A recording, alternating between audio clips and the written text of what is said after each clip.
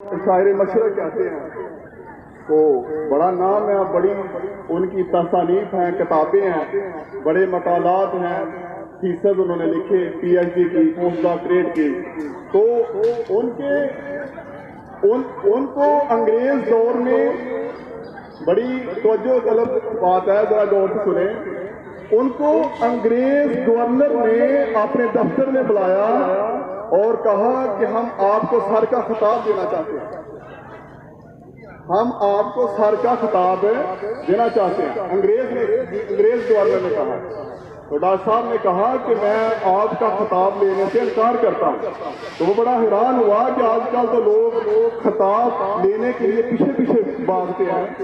تو انہوں نے کہا وجہ، انہوں نے کہا کہ پہلے میرے استاد محترم میر حسن کو شمس العلماء کا خطاب دیں، پھر میں آپ سے سر کا خطاب لوں گا. تو انہوں نے کہا کہ میر حسن کون ہے؟ تو انہوں نے کہا یہ میرے استاد محترم ہیں، تو پہلے ان کو آپ شمس العلماء کا خطاب دیں، پھر میں آپ سے استاد کا سر کا خطاب وصول کروں گا. تو انہوں نے کہا کہ جو میر حسن ہیں انہوں نے تو کوئی کتاب نہیں لکھی، ہم اگر آپ کو سر کا خطاب دے رہے ہیں تو آپ کی تصانیف ہیں، آپ کے مقالات ہیں، آپ نے بڑا کام کیا، آپ نے شاعری کی بکس لکھی ہیں، آپ کو بڑا لوگ پسند کرتے ہیں. تو انہوں نے کہا کہ ان کی تصانیف تو کوئی نہیں ہے، انہوں نے کچھ تخلیق نہیں کیا، لیکن انہوں نے اقبال کو تخلیق کیا. انہوں نے اقبال کو تخلیق کیا.